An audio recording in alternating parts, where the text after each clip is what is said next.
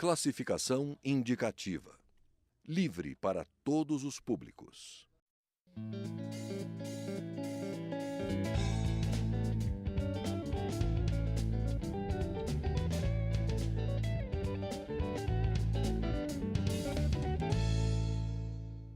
Olá! Em todo o mundo, quase 4 bilhões de pessoas vivem nas cidades, número que deve dobrar nos próximos 30 anos. A estimativa é da ONU Habitat, Programa das Nações Unidas para Assentamentos Humanos. A entidade acaba de propor uma nova agenda urbana, com diretrizes para o desenvolvimento sustentável das comunidades.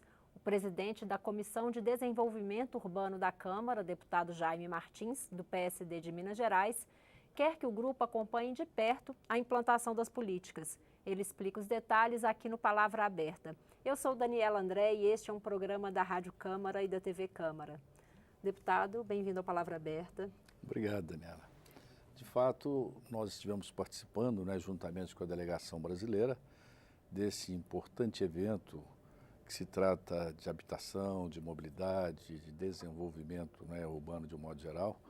Essa conferência que se realizou em Quito, e que tratou das diretrizes para a chamada nova agenda urbana. É um tratado com mais de 150 itens, parágrafos, e que define uma discussão que foi feita longamente durante praticamente esses últimos anos. Foram feitas, na verdade, reuniões prévias em diversas partes do mundo. O documento foi fechado em setembro, numa reunião em Nova York, e o Habitat serviu para a divulgação desses princípios da nova agenda, bem como tratou de pontuar as maneiras de se implementar essa nova agenda urbana pelo mundo afora. O Brasil esteve presente e, naturalmente, estamos preocupados e acompanhando essas determinações, essas discussões que foram culminadas lá em Quito. Uma das características dessa agenda é ser um plano estruturante com projeções de longo prazo. O Brasil ainda não tem essa cultura, está sempre correndo atrás de pouco espaço de tempo. Como é que o senhor pensa que a gente pode mudar essa cultura? No Brasil também essa cultura vem modificando, Hoje a gente tem a consciência plena de que é necessário dar qualidade de vida para as pessoas que vivem nas cidades. E já temos aí hoje uma implementação por lei da necessidade de um plano diretor, que hoje todo município tem que ter o seu plano diretor. Nós estamos discutindo nesse momento na comissão a necessidade de haver também um plano de mobilidade urbana em todas as cidades, que seria atrelado ao plano diretor. Então já existe de alguma forma uma consciência da necessidade da melhoria da qualidade de vida das pessoas que vivem nas cidades através de ações objetivas. Mas a nova agenda urbana ela vem num caráter muito mais amplo, Ela começa a discutir, por exemplo, as cidades resilientes, com o advento das mudanças climáticas, que é uma coisa que parece que veio para ficar.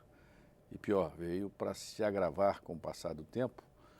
As cidades têm que saber viver com essas diferenças climáticas, Não é possível nós convivemos como temos em São Paulo, em Belo Horizonte e em outras grandes cidades, em que basta uma chuva um pouco mais pesada para alagar todo o centro, para tumultuar todo o trânsito. As cidades vão ter que aprender a conviver com esses eventos climáticos, chuvas, ventos, tempestades. Nós já chegamos a ter no Brasil algo que era impensável, os tufões chegando à costa brasileira. Então, as grandes cidades vão ter que também aprender a conviver, ou seja, as cidades resilientes. Além de serem cidades inclusivas, porque no Brasil nós temos também já essa previsão das cidades inclusivas, Sobretudo as pessoas deficientes que precisam ter a condição de se mover dentro da cidade, Tanto no transporte urbano como nas calçadas, nos passeios.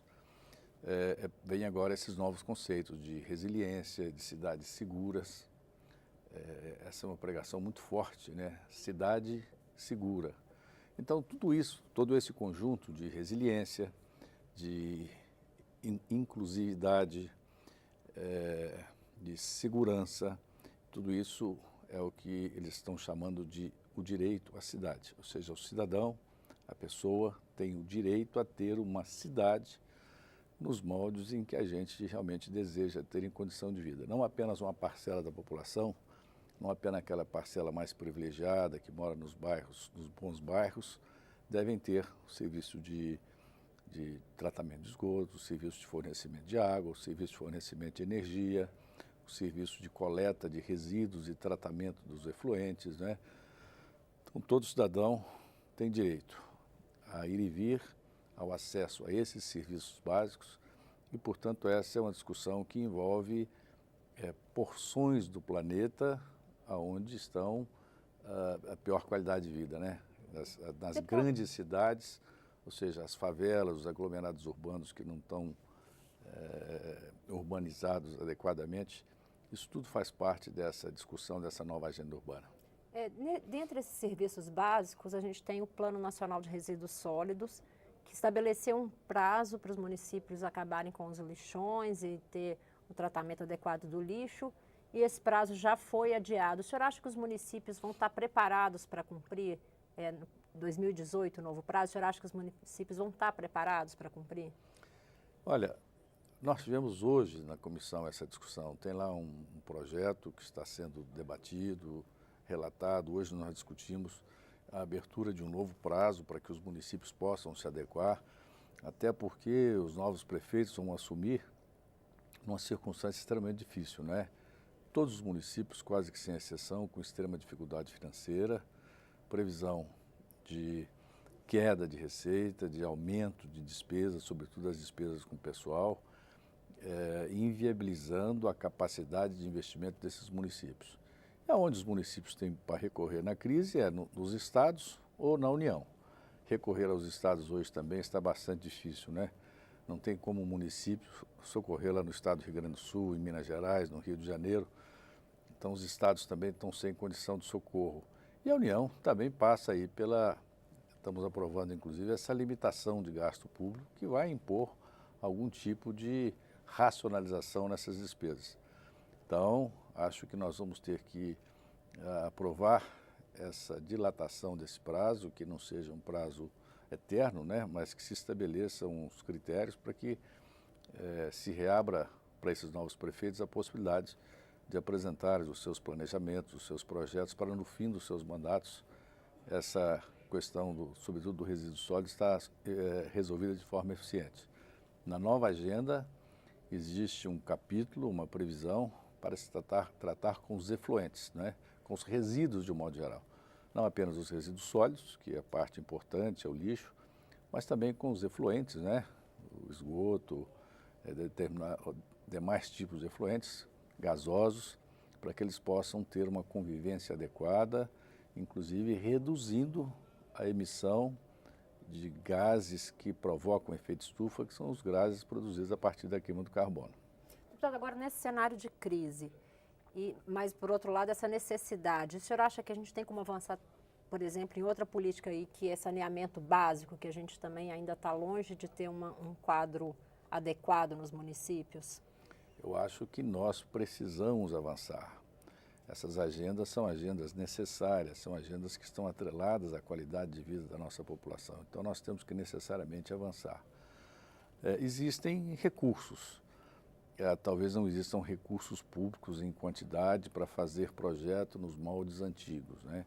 O próprio BNDES lançou agora recentemente uma proposição de fazer financiamento aos estados, aos municípios, às empresas de saneamento, para inclusive participar de projetos de privatização. Existe esse conceito, o Brasil já está num crescimento do número de empresas privadas que se interessam por esse tema. Essas empresas detêm condições de acessar capitais que muitas vezes os entes públicos não têm. Então são alternativas que estão sendo analisadas. Nós já estamos aprovados também num requerimento de minha autoria, né, para fazermos na comissão um amplo debate com a diretoria do BNDES, com as empresas de saneamento de todo o Brasil, a ESB, e demais atores, fazer uma ampla discussão também sobre as possibilidades de recursos que existem para o saneamento. Inclusive, uma delas seria a locação de ativos, né? Ou seja, as empresas privadas investirem, fazerem as construções e locarem esses ativos para as empresas de saneamento. Então, existe uma série de possibilidades que nós estamos discutindo e é preciso ter criatividade para achar os recursos aonde eles estão para que possa finalmente resolver os problemas de saneamento que nós ainda temos, que são muito graves ainda. Deputado, e como vai ser a atuação da Comissão de Desenvolvimento Urbano no acompanhamento dessa agenda da ONU? Tão logo eu retornei, eu apresentei também esse requerimento da formação de uma subcomissão. Então, alguns parlamentares estão nessa subcomissão exatamente para fazer um estudo das recomendações que vieram dessa resolução do Habitat 3, dessa resolução da ONU, e fazer uma avaliação e confrontar com as leis que nós temos aqui para ver a necessidade de adaptações, de melhoria, de inclusão de novos conceitos. Então, essa subcomissão já está criada e os membros já podem se debruçar sobre esse tema, com a utilização dos nossos consultores da casa ou consultores externos, para ver aqueles pontos que nós precisamos alterar na lei, seja no Estatuto das Cidades, seja em outras leis que formam esse arcabouço jurídico, né, que é a gestão dos municípios e a gestão das cidades. Quais o senhor acha que seriam os pontos que vão ser prioridades aí? Em que o senhor apostaria como prioridades aí dentro dessa agenda urbana? Eu acho que esse conceito de plano diretor ele tem que ser ampliado, né, fortalecido. É preciso incluir novos pontos que ainda não eram discutidos nos planos diretores que foram formalizados. Portanto, é necessário dar um prazo adicional para conclusão e inclusão desses novos conceitos nos planos diretores, no planejamento. É preciso a parte relativa à mobilidade urbana. Eu sou particularmente muito voltado para a questão do transporte sobre trilha. Eu acho que é fundamental para resolver o problema das grandes cidades, mas isso tem que também estar incluído dentro desse conceito do plano diretor. Essa é uma medida que nós já estamos analisando, né? Mas a parte de habitação, a parte de acessibilidade, inclusive as áreas hoje que são muitas vezes marginais dentro das grandes cidades, né? Existem bolsões dentro de cidades como São Paulo, Rio, Belo Horizonte e tantas outras cidades que o serviço público praticamente não consegue acessar, né? O esgoto, o fornecimento de água, o fornecimento de energia elétrica é absolutamente caótico dentro desses bolsões de favelização nos grandes centros. Nós precisamos de achar uma forma de estabelecer um arcabouço jurídico que assegure condições para que essas áreas sejam adequadamente urbanizadas e para que as pessoas tenham o direito, mesmo numa região mais carente, mais pobre, as pessoas possam ir e vir com segurança e ter acesso a esses serviços públicos. Deputado, nosso tempo chegou ao fim. Já deixo o convite para o senhor retornar, falar um pouco mais aí dos desafios das cidades. Muito obrigado pelo convite, estou sempre às ordens, né? E nós vamos estar na comissão, com certeza, debatendo de forma bastante aprofundada todos esses temas que vieram do Habitat 3. Obrigada, deputado. Obrigado.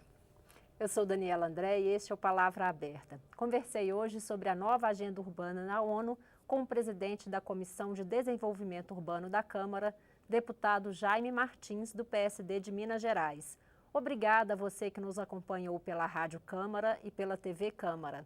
Se quiser conferir esta e outras edições do Palavra Aberta, é só visitar nosso site. O endereço é câmara.leg.br/palavra aberta. Até mais.